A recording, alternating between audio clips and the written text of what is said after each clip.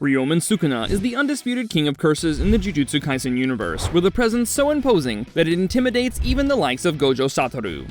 But what if Sukuna never even became a curse? In today's video, we'll explore an incredible alternate universe where Sukuna is a Jujutsu Sorcerer. Now, most of you hardcore JJK fans already know that Sukuna was actually the strongest Jujutsu Sorcerer of the Heian era, and only became a curse by sealing himself in 20 cursed fingers to achieve immortality. But what if instead, he pulled a Kinjaku, using a body-hopping curse technique to survive through the ages as an immortal sorcerer for over 1,000 years? To understand this alternate universe, we need to talk about Kinjaku, because his curse technique is the blueprint for Sukuna's immortality in this timeline.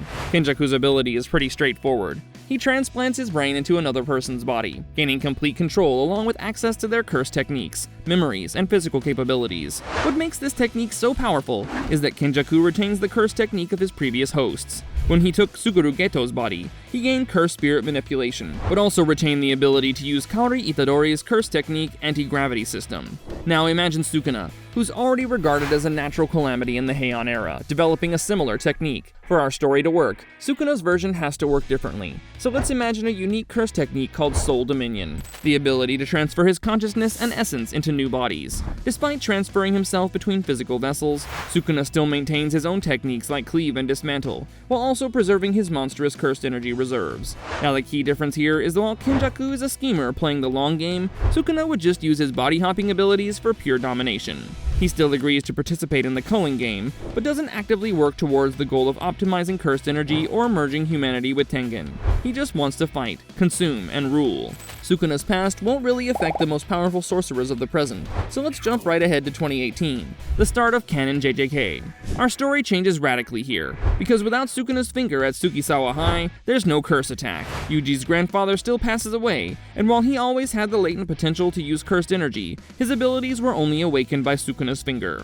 Without such a trigger, Yuji lives a pretty normal life as a human with above-average physical abilities, probably becoming a college track star or even going pro. Meanwhile, the Jujutsu world operates without the ticking time bomb of Sukuna's fingers. Curses are still a threat, but without those 20 special grade objects attracting disaster, the balance is slightly different. Megumi Fushiguro still gets recruited by Gojo, and naturally the Zenin clan drama doesn't change.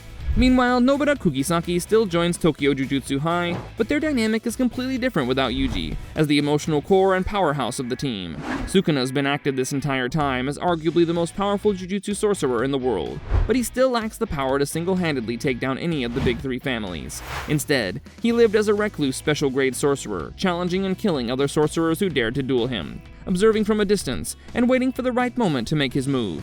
Now Kinjaku still needs to orchestrate the Shibuya incident, as he still needs to seal off Gojo inside the prison realm to carry out his plans. Kinjaku approaches his immortal rival, Sukuna, to assist him in sealing away Gojo, but Sukuna has no interest in this, stating that he'd rather fight Gojo in the Culling game when the time comes. Even without Sukuna's support, Kinjaku's plan proceeds as in canon, as he unleashes cursed spirits and forces Jujutsu society into chaos. By this time, Sukuna arrives in Shibuya of his own free will, perhaps possessing a semi-grade 1 sorcerer he possessed months earlier, someone powerful enough that nobody questions their presence. When Gojo gets sealed, Sukuna makes his move. He doesn't have a greater objective, he's just there for the love of the game. Sukuna doesn't rampage through Shibuya incidentally. He attacks curses and sorcerers alike and tears through Mahito's transfigured humans like tissue paper. Just like in the original timeline, he encounters Jogo, and in a scene that mirrors their canon fight, utterly dominates him. Megumi still faces off against Toji and is slashed by Shigemo at the end of the battle. Barely hanging on to his life, Megumi summons Mahoraga as a last resort, immediately catching Sukuna's attention. Sukuna witnesses the power of the 10 Shadows technique, and decides to save Megumi's life in order to eventually steal his curse technique using Soul Dominion. The battle between Sukuna and Mahoraga is just as incredible as the original, and when the dust settles, the destruction of Shibuya is even worse than canon. Without Yuji's intervention at key moments, more sorcerers die, and the barrier between the Jujutsu world and normal society completely shatters. Our alternate universe truly diverges during Kinjaku's masterpiece of manipulation, the Culling Games. In canon, the Culling Games forced recently awakened sorcerers and reincarnated Heian-era fighters to battle in colonies across Japan, with binding vows creating ironclad rules. Yuji and his allies originally entered the Culling Games to save Tsumiki, gather points to alter the game's parameters, and eventually release Gojo from the prison realm. Kinjaku still initiates the games using idol transfiguration to awaken cursed techniques, mark civilians, and reincarnate ancient sorcerers. His goal remains the same: force human evolution, and merge humanity with Tengen. But Sukuna sees the Culling Games as something else entirely. It's a tournament, practically a playground where the strongest fighters in history are forced to gather. He enters as an independent player with his own twisted agenda to steal Megumi's 10 Shadows technique and emerge as the undisputed strongest Jujutsu Sorcerer in the world. The Tokyo team consists of Megumi, Panda, and eventually Yuta and Hakari. While they lack Yuji's raw physical dominance and black flashes, the team coordination is much stronger.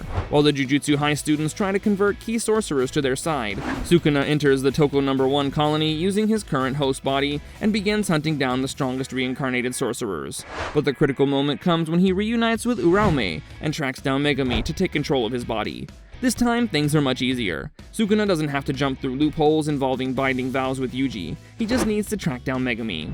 After confronting the disgraced one, Megumi prepares to summon Mahoraga, but Sukuna doesn't let him complete the summoning. The nearby sorcerers are helpless to stop Megumi's body from being taken over by Sukuna, who escapes the battlefield with Uraume's assistance. Even though they've lost Megumi, the allies of Jujutsu High get help from Hana Kurusu, who uses Jacob's ladder to release Gojo from the prison realm.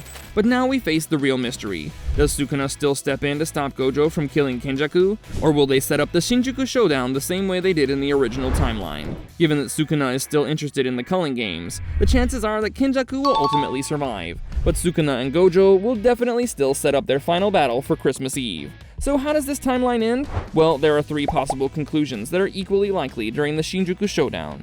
In our first version of events, Gojo finally escapes the prison realm and immediately challenges Sukuna to the battle everyone's been waiting for. The original timeline featured a bit of rivalry between the two as Gojo battled Sukuna when he took over Yuji's body at the beginning of the series. But this fight is a fresh beginning.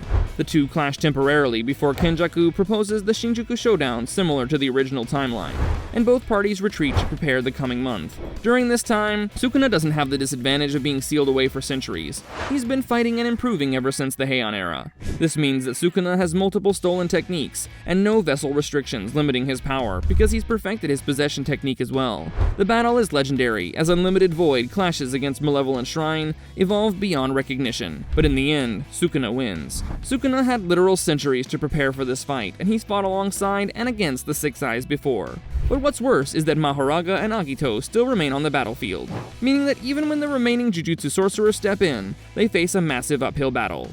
Ultimately, the Culling Game succeeds, and we can only imagine how Japan will be reshaped according to Kenjaku's vision. The second ending is a bit more hopeful, with Gojo predicting that Sukuna might defeat him and developing a contingency plan. Maki and Yuta study through ancient Heian-era texts and discover a sealing technique specifically for Sukuna's Soul Dominion ability. In a desperate gambit during Sukuna's moment of vulnerability after the world-cutting slash that defeats Gojo, Nobara activates her resonance to weaken him further, and the allied sorcerers trap his consciousness in a barrier constructed from Tengen's techniques. In this version of events, Sukuna is sealed instead of dead, and contained for another 1,000 years. The cost is astronomical, as Megumi must anchor the seal with his own life, permanently binding himself to the barrier. But the final version is the most interesting, because the sorcerers convince Sukuna that ending the Culling Game is the worst option for his own hedonism. Think about it. Sukuna only enjoys the thrill of fighting and killing, not some grand plan like merging humanity with Tengen to advance Jujutsu sorcery. In this timeline, there is no Shinjuku showdown, and the sorcerers hunt down and exorcise Kenjaku instead.